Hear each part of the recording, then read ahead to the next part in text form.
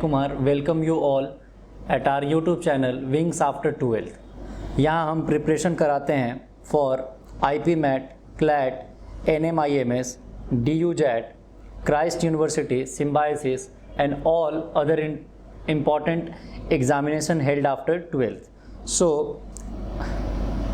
आज हम एक इम्पॉर्टेंट करेंट अफेयर्स टॉपिक के बारे में बात करने वाले हैं और ये टॉपिक है आपका रिगार्डिंग SCO समिट, जो कि अभी हाल ही में सितंबर 2021 में इसको हेल्ड किया गया है। ठीक है, सो आप इसको देख सकते हैं, इसमें अलग अलग कंट्रीज़ हैं और ये भी जो वीडियो ये आपका जो SCO समिट है, क्योंकि अभी कोविड का टाइम चल रहा है तो जितनी भी वर्ल्ड की समिट हो रही हैं वो लगभग वो सारी की सारी समिट जो है वो वीडियो कॉन्फ्रेंसिंग के जरिए ही की जा रही हैं। उसी तरह से इस SCO समिट को भी वीडियो कॉन्फ्रेंसिंग के जरिए ही किया गया।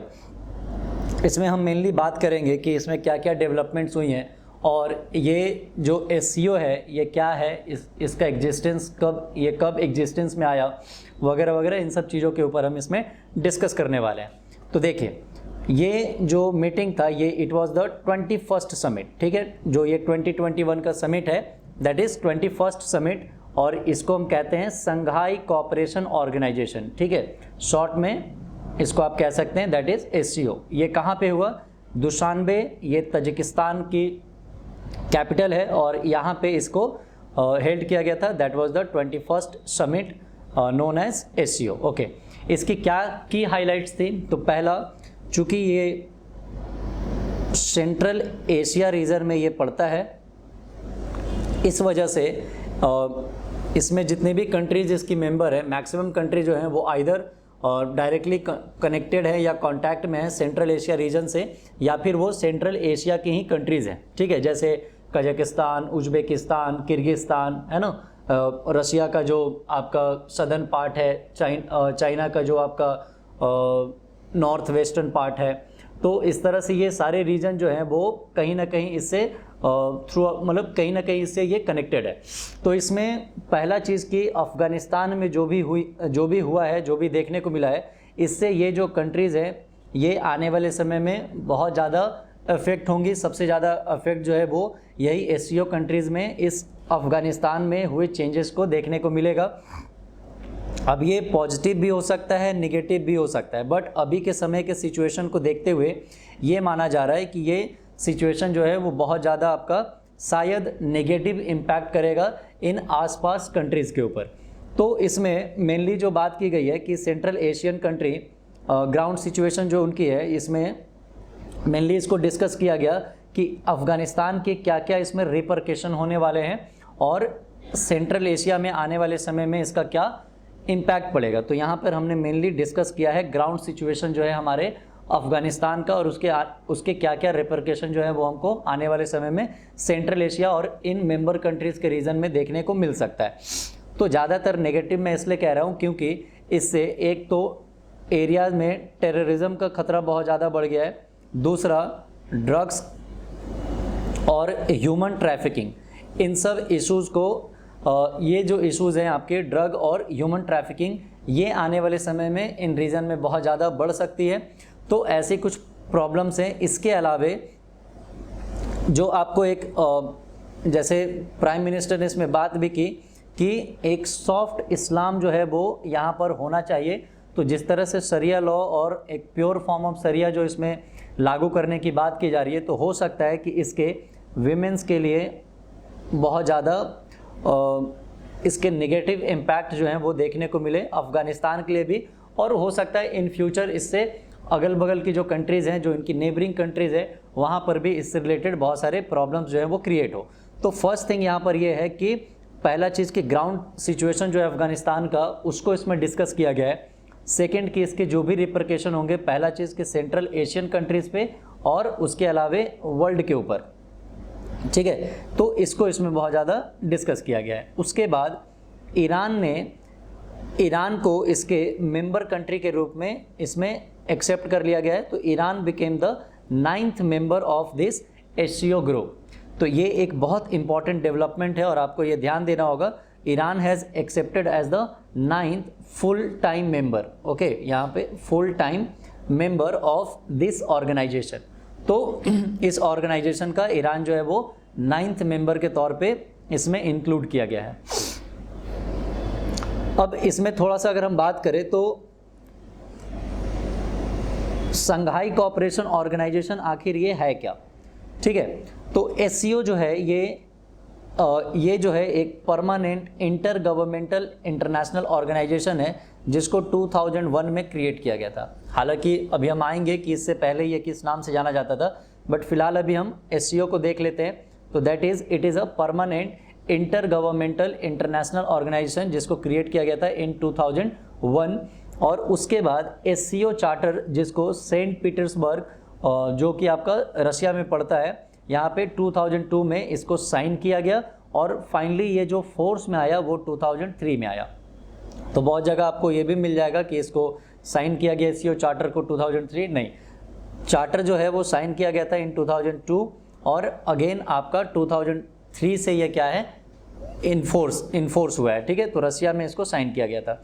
उसके बाद it is seen as a overweight organisation of NATO, मतलब इसको NATO that is North Atlantic Treaty Organisation, जिसका हेड आप कह सकते हैं कि यूएस है या यूएस लेड ऑर्गेनाइजेशन है, जिसको रशिया को काउंटर करने के लिए, रशिया के इन्फ्लुएंस को काउंटर करने के लिए बनाया गया था।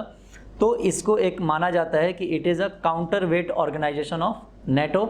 और इंडिया की आप डिप्लोमेसी देख सकते हैं कि एक तरफ इंडिया यूएस से भी अच्छे रिलेशन अभी के समय में रखता है और दूसरी तरफ वो एससीओ जैसे टीम का भी पार्ट है। एक तरफ इंडिया के यूरोपियन यूनियन और यूरोपियन कंट्रीज से बहुत अच्छे रिलेशन है, दूसरी तरफ ये एससीओ और रशिया और चाइना जैसे कंट्रीज से, हालांकि चाइना से पिछले साल से हमारे रिलेशन बहुत ज़्यादा ख़राब है, बट फिर भी अगर ट्रेड के मामले में देखा जाए तो हमारा रिलेशन जो है अभी भी बहुत एक हाई लेवल पे देखने को मिलता है। China is one of the important trading partner of India. तो यहाँ पे ये नाटो का एक काउंटर वेट ऑर्गेनाइजेशन था। उसके बाद इसकी 2 परमानेंट बॉडीज़ हैं, एक एससीओ के सेक्रेटरीट कहाँ पे है, तो दैट इज़ इन बीजिंग। अब इसका नाम है संघाई कोऑपरेशन ऑर्गेनाइजेशन, बट आपसे अगर सेक्रेटरीट पूछ दिया जाए तो please remember this is in Beijing, not in Shanghai. Okay, तो एससीओ का सेक्रेटरीट कहाँ पे है, इट इज़ इन बीजिंग। उसके बाद है आपका इसकी एक एग्जीक्यूटिव कमेटी है, किसकी, रीजनल एंटी टेररिज्म स्ट्रक्चर, जिसको शॉर्ट में रैट्स कहा जाता है। ये आपकी एंटी टेररिस्ट या एंटी टेररिज्म स्ट्रक्चर है। इसका कहाँ पे है, ताशकंद। प्लीज़ आप इसको कमेंट बॉक्स में बताइए कि ताशकंद जो है वो किस कंट्री का कैपिटल है। ओके, अगेन ऑफिशियल लैंग्वेज, तो यहाँ पे रशियन या फिर Chinese, these are the official language, यानी कि जो भी यहाँ पे डॉक्यूमेंटेशन होता है वो आपकी उसकी लैंग्वेज क्या होती है, रशियन या फिर चाइनीज़ होती हैं। अब थोड़ा सा यहाँ पे बात करना चाहेंगे कि संघाई जो है वो एग्जिस्टेंस में कैसे आता है। तो संघाई एक्चुअली में ये prior to the creation in 2001 से पहले इसको संघाई 5 कहते थे, जिसमें 5 कंट्रीज़ होती थी, Russia, China, Tajikistan, Kyrgyzstan and Kazakhstan. ये 1996 में इसको फॉर्म किया गया था and that time it was known as Shanghai, that is Shanghai 5। Okay, तो संघाई 5 के तौर पे इसको जाना जाता था prior to the creation of SCO से पहले। 2001 में एससीओ से पहले इसको हम संघाई 5 कहते थे। और ये कब फॉर्म हुआ था संघाई 5, 1996 में। क्यों फॉर्म किया गया था, जब 1991 में जब यूएसएसआर टूटता है और रशिया और उसके बाद फिर ये बहुत सारी कंट्रीज जो हैं वो एग्जिस्टेंस में आती हैं, तो जिस कंट्रीज़ के चाइना के साथ बॉर्डर थे उस जगह पे, जिस कंट्रीज़ के चाइना के साथ बॉर्डर थे उस वाले पार्ट में, उस वाले जगह पे हमको ये मेनली देखने को मिला कि चाइना के रशिया के साथ जो डिस्प्यूट्स थे वो बढ़ करके जो उससे टूटी हुई कंट्री थी, that is Tajikistan, Kyrgyzstan, Kazakhstan और रशिया का भी कुछ पार्ट था, इन सब के साथ ये बॉर्डर का प्रॉपर डिमार्केशन था नहीं। इसकी वजह से कॉन्फ्लिक्ट को सॉल्व करने के लिए, उसको बेटर करने के लिए इसको क्या किया गया, संघाई 5 को फॉर्म किया गया। तो ये मेनली किस लिए फॉर्म हुआ था कि एक प्रॉपर डिमार्केशन हो सके बाउंड्रीज की बिटवीन चाइना और जो यूएसएसआर के जो ये टूटी हुई जो कंट्रीज़ थी उनके बीच में। अब इसमें क्या हुआ कि इसका नाम पड़ गया आपका संघाई 5, बट होता ये है कि 2001 में उज्बेकिस्तान इसमें फाइनली शामिल होता है और तब फिर इसको रीनेम कर दिया गया as a Shanghai Cooperation Organisation. So that was the SCO, that is SCO।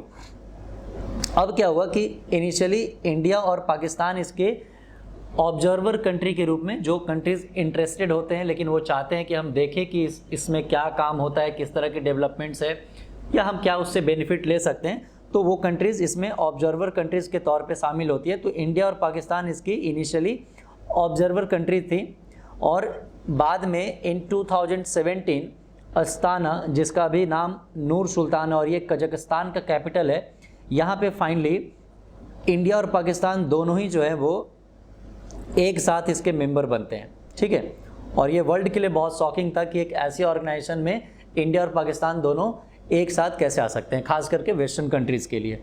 ठीक है, तो SCO के ये मेंबर बने। कहा जाता है कि रसिया के कहने पे इंडिया इसमें शामिल हुआ और चाइना के कहने पे पाकिस्तान इसमें शामिल हुआ। Okay, so India and Pakistan both became the member of this organisation in 2017 and Astana Nur Sultan, जिसे अभी के समय में इसका नाम है नूर सुल्तान, उस टाइम ये अस्ताना था और ये कजाकिस्तान का कैपिटल है। यहाँ पे ये मीटिंग हुई थी 2017 में, जहाँ पे ये दोनों कंट्रीज शामिल हुई और उस समय इसका नंबर जो था वो बढ़ करके कितना हो गया था, दैट इज़ 8। उसके बाद दिस ईयर ईरान इसके 9th मेंबर के तौर पे इसमें इंक्लूड कर लिया गया है। और अब जो है SCO के टोटल कितने मेंबर्स हैं, तो SCO के टोटल 9 मेंबर्स हैं। बट आप यहाँ पे देख सकते हो कि SCO के ये टोटल यहाँ पे 8 मेंबर्स थे, जिसमें अब आप यहाँ से उठा करके इसको ईरान को इसमें शामिल कर लो। ठीक है, तो Iran is now a full fledged member of SCO। अब यहाँ पे आप देख सकते हैं कि ये मेंबर स्टेट हो गए। इसके अलावे इसमें ये 4 ऑब्जर्वर थे, जिसमें से अब ईरान हट चुका है, तो अभी इसके 3 ऑब्जर्वर हैं, Afghanistan, Belarus and Mongolia. And after that इसमें 6 इसके डायलॉग पार्टनर्स हैं, they are Armenia, Azerbaijan, Cambodia, Nepal, Sri Lanka and Turkey. अब ये क्या होते हैं, ऑब्जर्वर स्टेट या ऑब्जर्वर कंट्रीज़ वैसी कंट्रीज़ होती हैं जो इंटरेस्टेड हैं इसको ज्वाइन करने के लिए, बट वो चाहती हैं कि हम इसको थोड़ा देखना चाहते हैं और साथ ही साथ सामने वाली कंट्री जो इसके ऑलरेडी जो मेंबर्स हैं वो भी देखना चाहती हैं कि इन कंट्रीज़ को इसमें शामिल करके हमें इसका कोई बेनिफिट मिलने वाला है या नहीं। जैसे ये इस बार जहां मीटिंग हो रहा है आपका दुशानबे, जो कि कैपिटल है आपकी तजिकिस्तान की, तो दुशानबे में ये मीटिंग के समय इससे पहले तजिकिस्तान जो था वो ईरान के साथ प्रॉपर कोऑर्डिनेशन में नहीं था। उनका कहना था कि ईरान जो है बहुत सारे टेररिस्ट ऑर्गेनाइजेशन का हब है और वो टेररिस्ट सप्लाई करता हमारी कंट्रीज़ में, तो इनके रिलेशन बहुत ज़्यादा अच्छे नहीं थे। बट दिस ईयर जो अफ़गानिस्तान में जो भी डेवलपमेंट्स हुई हैं, जो भी डेवलपमेंट्स देखने को मिली हैं, उसकी वजह से हुआ ये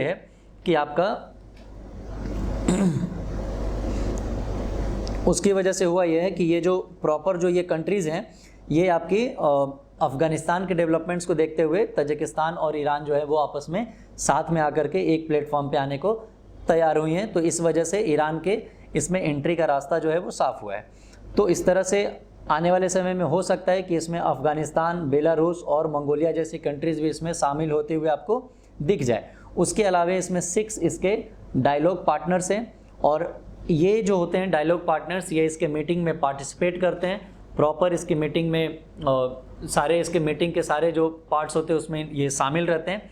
बट एक जो इम्पॉर्टेंट चीज़ होती है कि इसकी जो वोटिंग होती है, जो इम्पॉर्टेंट ऐसे कुछ डिक्लेरेशन वगैरह होते हैं, तो इसमें इन कंट्रीज़ को शामिल नहीं किया जाता है। तो these are 6 dialogue partners. In upcoming years you can also see that Nepal, Sri Lanka, may be Azerbaijan, Armenia will be a part of SCO। Okay, so यहाँ पे ये हमारा आज का नोट्स था, that is about the SCO summit. अब एक चीज़ मैं और आपको यहाँ पे थोड़ा सा बताना चाहूँगा कि ईरान जो ये कंट्री है, इस पे US ने सैंक्शन लगा रखा है।